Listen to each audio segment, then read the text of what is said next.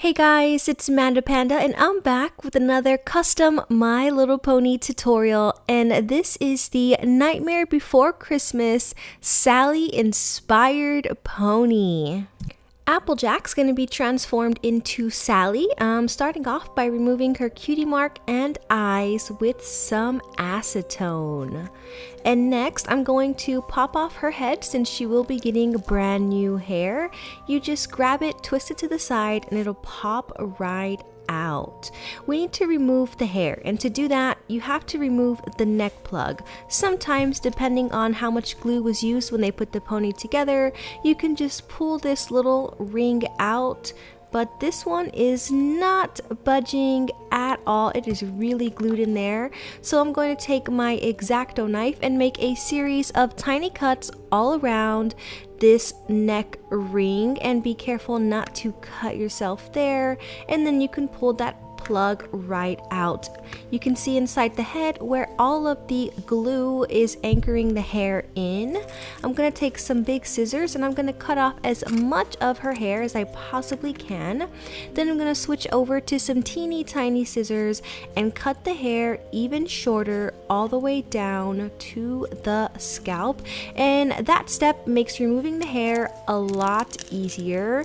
Using some pliers or tweezers, just reach inside the head and pull out the clumps of hair and glue until she's completely bald and ready to be customized. Next, I'm going to work on the body. I've cut out the neck plug there using the same process as earlier. I'm going to cut off her tail with some scissors. I'm going to use my pliers, reach into the body and pull out the remaining hair, and I'm going to toss that since I don't need it anymore. There's also this little metal washer inside the G4 ponies. You do need to remove that. Starting off with the customization, I'm using Sally Hansen nail polish in Blue Away. It is a really good match to Sally's blue skin tone. I'm going to completely cover this head with this nail polish. This is great coverage on the first coat, but I'm going to go ahead and put in a second coat just to make everything nice and even. And here it is. The nail polish has completely dried. I'm going to start on her eyes using some white acrylic paint and a very fine paintbrush. I'm going to draw out an eye that's about 3/4 of the regular height, because I'm gonna give her an eyelid at the top and make it look like she has eyeshadow, because that's kind of what Sally looks like, the character itself. So I've mixed together a shade of teal and gray to make this color that is just a couple of shades darker than the skin tone, and I'm giving her the eyelid, and I'm also outlining the eye with that same color. Her eyes are very simple. It's just one black dot and that's it. So I'm using some black acrylic paint and my dotting tool to put the eyes in, and those were super simple. It's time to work on Sally's stitches that she has on her face. I'm going to be making them 3D and textured using Sugru, which is air dry rubber, and I'm choosing Sugru over air dry clay because air dry clay does shrink when it dries, and if I roll it out this thin, I think it would be too brittle and it would break off. So before I put in the stitches, I'm going to put in her scars first. So Sally has a huge scar running on both sides of her mouth, very similar to the Joker. And I'm using the same shade I used for the eyes, which is just a smidge darker than the skin. So you can see that that really looks like the scar. Now I'm going to go in with those little tiny pieces of Sugru that I've rolled out, and I'm going to place them over the scar and make them look just like stitches. Sugru is a great medium to use for something like this because it automatically sticks itself to whatever surface you've placed it on. So as soon as the Sugru dries, it's going to be stuck to her face. I'm not going to have to go in and glue them on or anything like that. Now I have drawn on the scar Sally has going from the top of her head across her eye, and I've put those stitches in as well. This looks so awesome. I'm going to pop in her eyelashes. They are just 4 V shapes. Very simple to put in, and I'm using black acrylic paint for this. Then I'm going to switch over to some bright red acrylic paint and draw in Sally's mouth. So Sally does have a bright red mouth on her, and I'm going to put one on the pony here. I'm going to let the Sugru set for a couple of hours and then paint over them with a very light shade of blue so the stitches blend in with Sally's skin. And once all of this acrylic paint has dried, I'm going to set all my work with a clear nail polish top coat so nothing gets scratched off. Once the top coat has dried, it's time for hair. I chose this gorgeous shade of vibrant red called Cherry Pie from dollyhair.com, and I'm going to use this to reroot Sally. I'm using my rerooting tool, which is basically a pronged needle. You can see that there. I like to wrap some strands of hair over my finger and then pick them up just like this, and they'll get stuck at the top of the needle. Since it is sharp, you just pick up the head, decide what hole you want that plug to go into, and press it right in. And just like that, the first hair plug is in. You can see inside where the hair has anchored itself inside of the head. And you're just going to repeat this process over and over again until all of the hair is back in.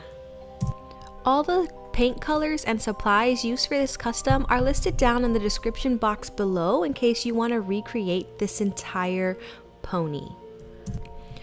Once you get all of the hair plugs in and Sally has her new head of hair, you're going to need to secure the hair or it will come out. I suggest using no-sew glue. I like to pour it directly inside of the head and use a Q-tip to evenly distribute the glue inside. I'm gonna put that to the side, let the glue dry, and start working on her body. Using that same Sally Hansen nail polish and Blue Away, I'm going to paint the legs and chest of the body. I'm not too worried about the actual body area because that's where I'm going to be painting on her dress. Sally's dress is patchwork. There's different prints to her dress. I'm gonna use a Sharpie marker to draw out a rough sketch outline of all the different patchwork areas. This is gonna make it a lot easier to fill everything in.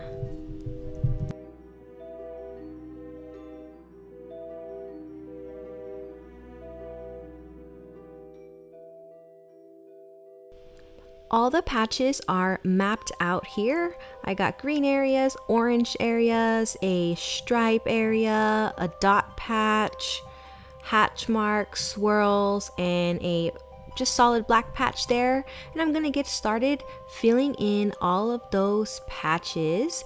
I'm starting off with the orange shade. All of the sections with orange are going to get painted with 3 layers of acrylic paint. Since the color is light, it does need several layers to get really good coverage.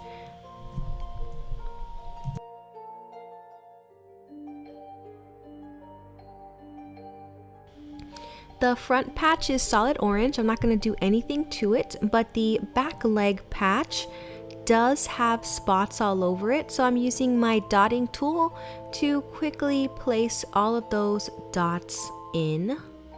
For the linear work, I'm going to be using this black nail art polish because it has a very fine paintbrush. This back patch here is hatch mark, so using that very fine brush, I'm going to draw in all of these diagonal lines.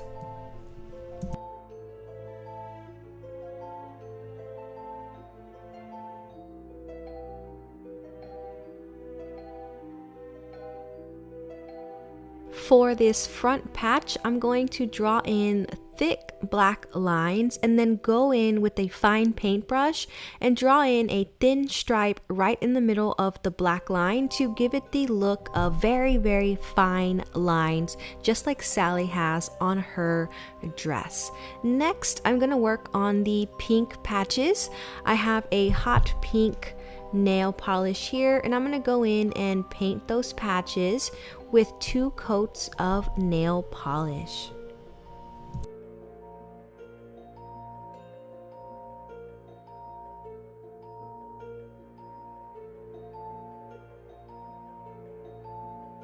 Using a fine paintbrush and some black acrylic paint, I'm just going to freehand some little swirls all throughout this front patch.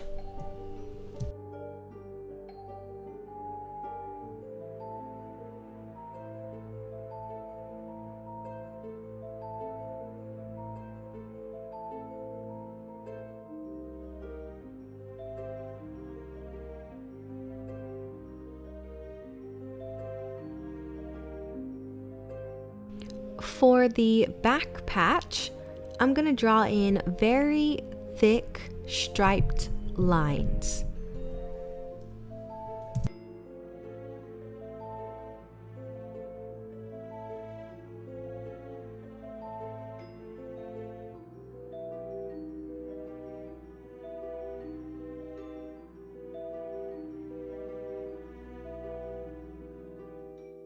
Now it's time for the green patch, which is her other arm.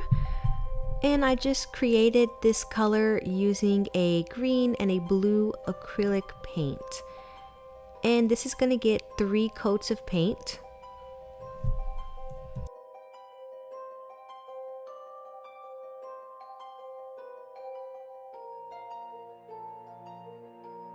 The final patch of Sally's dress is going to be solid black, so I'm just going to fill this in with acrylic paint and a thin paintbrush.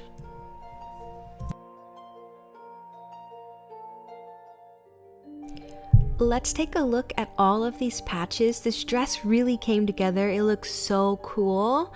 Now I'm going to use this same fine paintbrush and I'm going to outline each and every patch with black acrylic paint because I really want to make it look like a patchwork dress.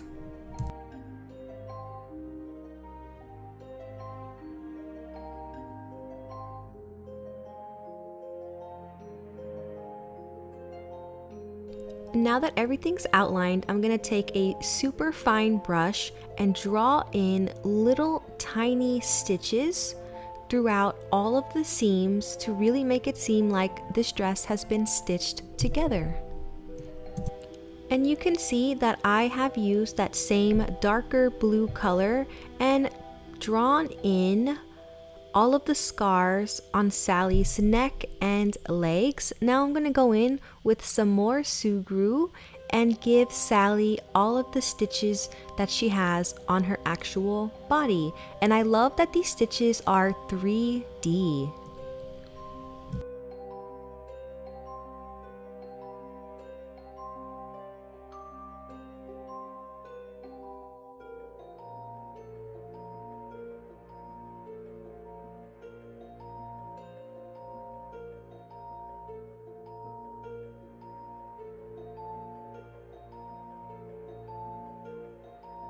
I'm gonna let all this sugru set for about 2-3 hours and then I'm gonna paint them light blue, and that's the last step for the body. Now I'm going to give it a clear coat to seal all of my work in, and once it's completely dried, it's time for her new tail. I have a little bit of red hair here.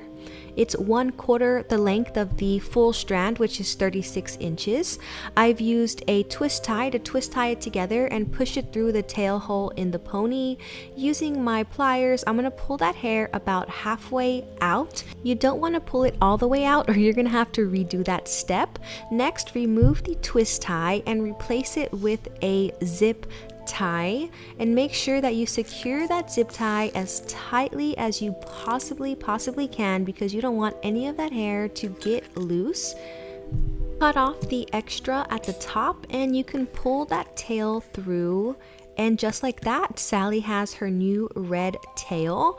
The last step is going to be connecting the head and the body back together, and I'm going to do that using some Gorilla Glue.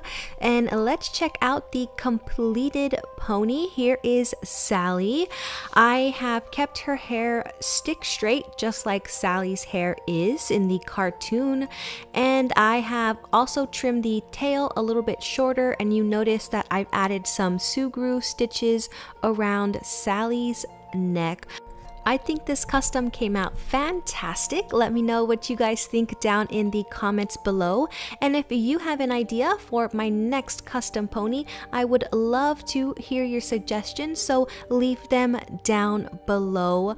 I hope that you've enjoyed this tutorial. Thank you so much for watching, little pandas. Until next time, bye. You can find me online. For the latest news and updates for the channel, you can follow me on Instagram, Manda Panda Toy Collector. Like my Facebook page, facebook.com/Manda Panda Toy Collector, or you can add me on Snapchat,